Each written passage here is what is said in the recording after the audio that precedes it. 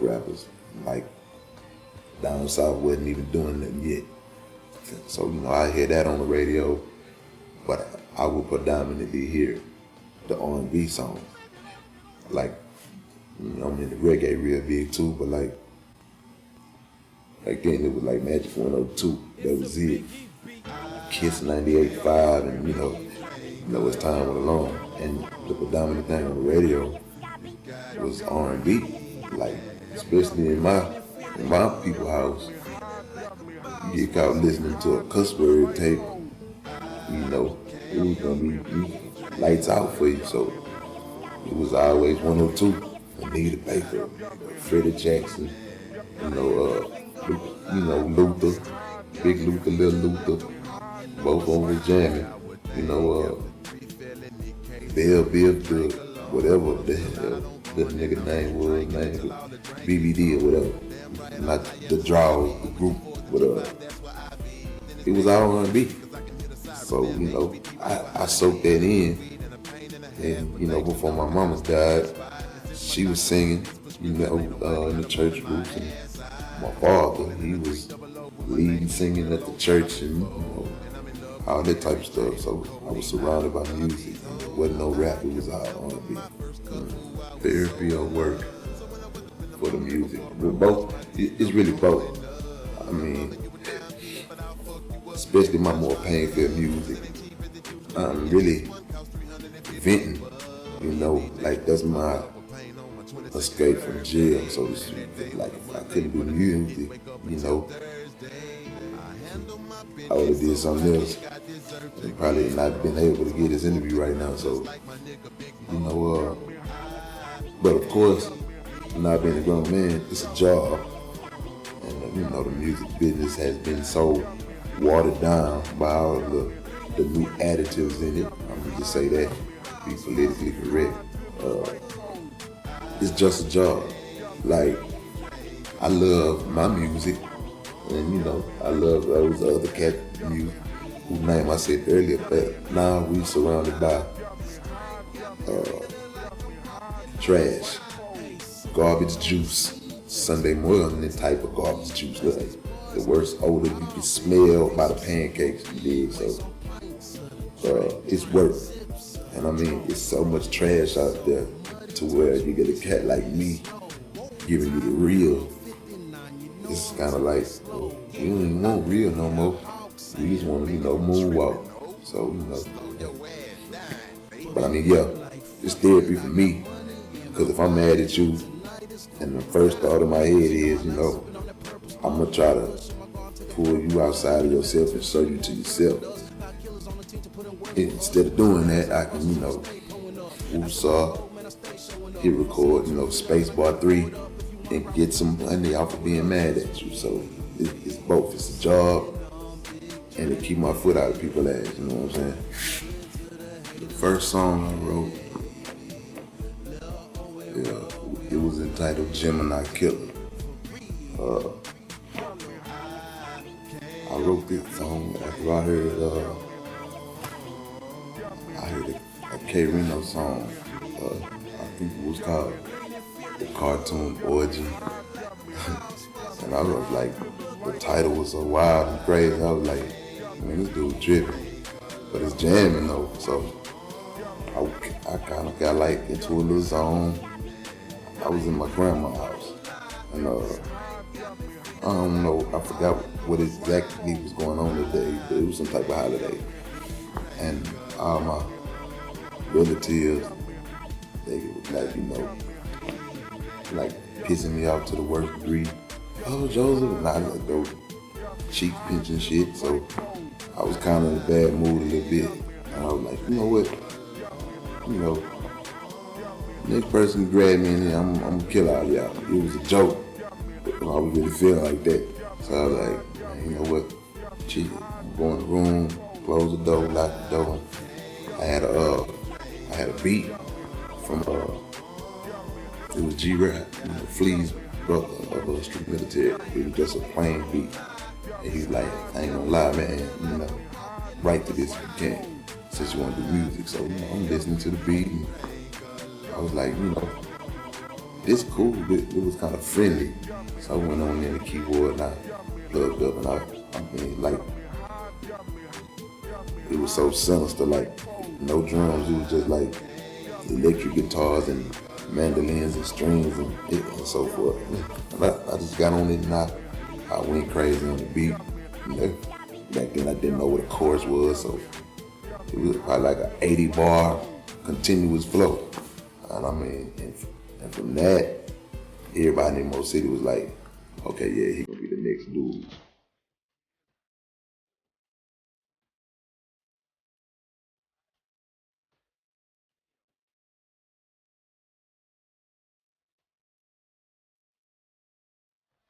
All the music sound like that. I mean, it's automatic, it's a given, it's a thumbs up. The first song I ever heard on the radio of myself was a song off of my first album entitled Look What You Did To Me. A song called Lord Tell Me Why. It was kind of like leaning toward more of a Tupac feeling. So, you know, I was on there, you know, with my regular stuff, God and problems and whatnot, not having money and survival basically. And I actually didn't know that Herman Fisher, which was the CEO of the label I was on at the time, Fisher Boy Entertainment, he went to the radio station and he gave him a copy. So he called me, he was like, man, what's up, bro? I'm like, I'm chilling here. Put your radio on. I'm like, well, you know, I'm listening to the radio. He cut it on. So I heard myself at first, and I was kind of, it didn't really register. Because I was like, you know, well, every rapper gonna get his song played on the radio at least once. So I really wasn't excited because I thought that was it. But then like the next day, played it 4 times. The next day, played it 8 times. And then for about like 6 months, the same song was on the radio. So I was like, you know, man, I sound damn good. I was like, yeah, I'm gonna keep this up. I mean, this is your craft that you love to do. And when you find out that somebody else besides yourself feels the same way about your creation as you, I mean, you gotta feel blessed. So I was thankful. DJ Screw had the most influence on what you see today. He taught me to really, you know, he taught me to take my time with things, stop rushing all the time, you know. He used to always tell me, like, you know, I know you want right now, but God gonna give it to you in the right time. I ain't never want to hear that because I was like, man, Screw, you on Blaze, you on Impala. You can say that. You rich. Me, I'm living with a girl you mess with. Like, I was like, yeah, blah, blah, blah. I don't want to hear that nigga. Cut the mic on. Let's do a song. So, I mean, but yeah, DJ Screw, the long talks, he would, I mean, of course, in the beginning, it was for music. Because I was like, you know, damn, this DJ Screw, he heard of me. So we like Al D, going to the streets of Mo City, find Zro and bring him back. I want to make him a star. So, you know, Al D came, brought me over there.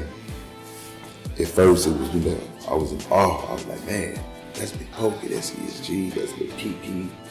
I'm like, man, that's Big Steve, Big Mo, so on and so forth.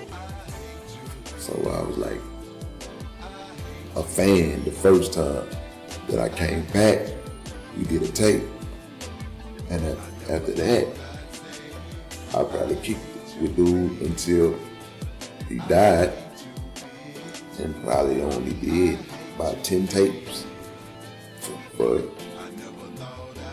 that whole time. From when I made his acquaintance to the day he went into the ground. Probably just 10 times. But we worked every day though. It was every day about, you know, be a man. Every day about, you know, respect, humility, honor, damn near like being a Marine or something. It wasn't music, it was being a man's school. So yeah, he molded me. Houston, Texas, home of DJ Screw. We say, know what I'm saying, and what it do. And if a nigga don't like it, tell the bitches I rep Texas. Topless in this slab, I come through. Elbows and vogues and expensive clothes. Candy paint our cars, big booties on our hoes. Got dollars in the mouth, still representing the South with the truck up, bitch, I'm swinging for. The music is just,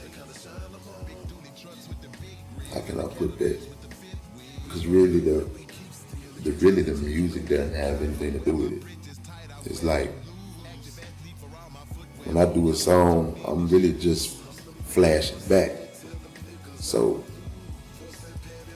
to me, it ain't even a creative process, it's just a repeat of history. So it's like, I get my idea from some part of my life, present or the past, and I just put music to it. It sounds better like that. Just, versus just me talking, but I do all my stuff internally first, and then I go after the music afterwards, you know what I'm saying? But that's how I usually start. I'm gonna come up with something in my head, and I'm gonna hum it out or whatever, jot it in my phone, and I'm gonna do the creative part. Like, I don't even really write raps. I just write down words, like expressions, phrases, or whatnot, or emotion. I'll put them down on the, on my phone or whatever, a pen and paper. And when it's time, to go to work with it, I just pull it out what I wrote down and make it rhyme later on. So it's like, the music ain't really got nothing to do with it. It's just like the music is the heartbeat, period. I mean the vocal side of it. The process to get here, where I am now, it was most definitely a plan. It was a whole lot of plans, matter of fact. And it was, I'll be honest, wasn't none of those plans the right one. That's why it took so long. It's more than a plan. You gotta have a machine with you versus a bunch of homeboys. You know what I'm saying? I didn't have a machine. If I had a machine, it would broke down. So, it was me. But it's a plan really to hold me back. A lot of people don't dig me because I'm gonna tell you what I want to tell you, and I don't care how you feel about it. So, I knew for a fact it was a plan to blackball me. That didn't work. It was a plan to, to keep me in jail so these other rappers can eat. That plan ain't really worked, because I was eating from there, still performing. So, yeah, it was a whole lot of plans, man. And my plan didn't really start until I got with Lee just now and Heavy. And that's the God honest truth. Now my plan's in place. My plan now is is I finally got good people there, grown-ups. It been a whole lot of high-dollar adolescents. I'm gonna put it like that. From everybody. Everybody wanted the Zro, their Zro. You did, it's almost like you can't eat unless you're sitting at my table eating with me. So that's how a whole lot of people are down here. Yeah, you can shine like sunlight dipping chrome if you want to, but only if you're shining in my yard. You want to shine on your own? Okay, well, cut him off, or when he walked in here, not to play his song or, you know, keep him doped up or, you know, keep him in trouble with the law and all that. So they playing ain't work either. So I mean, like I said again, I'm here. I would tell an aspiring artist right now, stay independent as long as you can. As long as you can. You feel like, and if you ain't feeling that, you ain't touching it right. Like, stay by yourself, man. It's, number one, it's more bread. I give you a brief pie chart right quick. Go to the major. Oh, they giving you $1 million deal? Okay. That's what you thought, huh? They ain't factoring in this little word that say recoupable, you know what I'm saying? Or, you know, recording budget, living budget, two different things.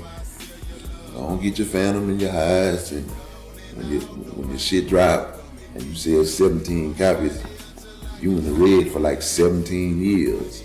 You can't get another check, or, you know, when the check do come, it's a make-believe check. Like, you gonna read it and like, damn, they made you believe you was finna get paid, but you in the hole with no, you ain't got no repair rope to climb up. You done. So it's like, put your own stuff out. I mean, who you gotta pay? Unless you do consignment with somebody. Cause I ain't gonna lie, I've been doing albums for the last, 14 years.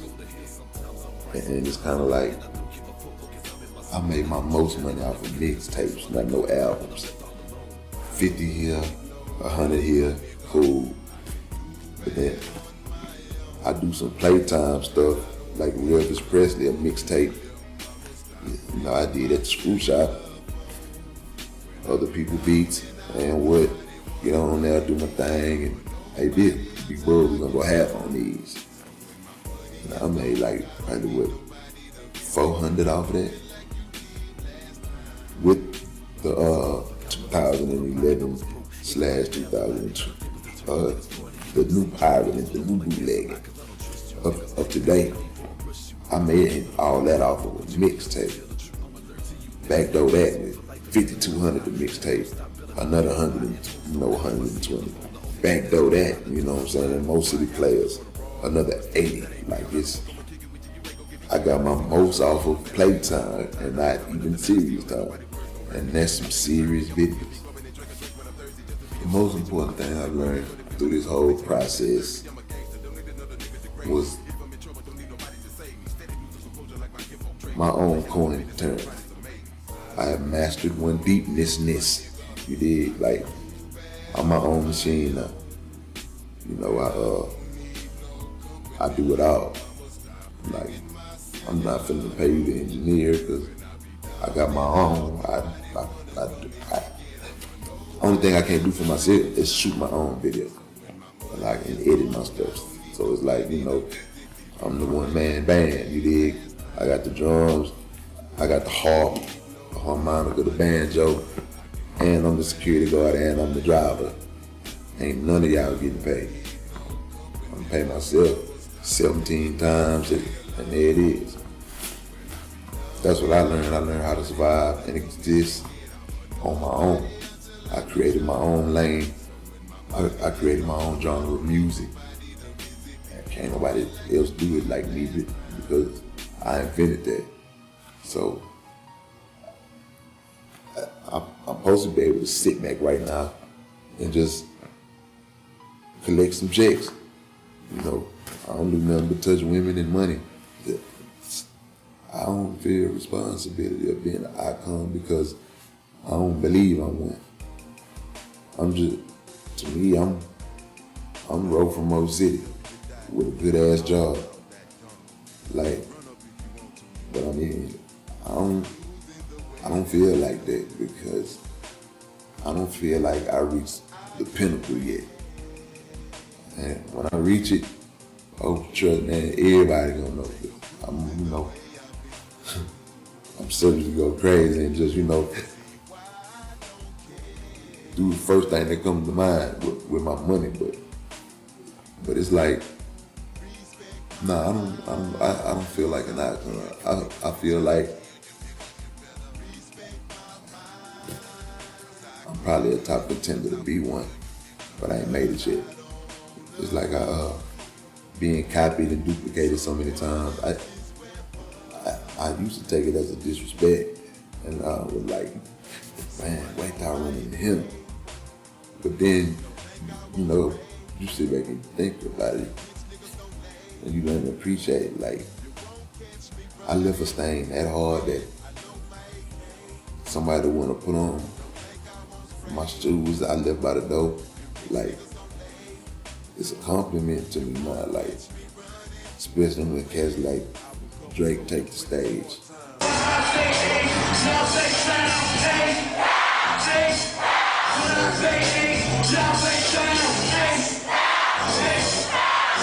And the first thing he'll say is, I ain't gonna lie, man, I'm from Canada, and because of Zro, yada yada yada yada yada.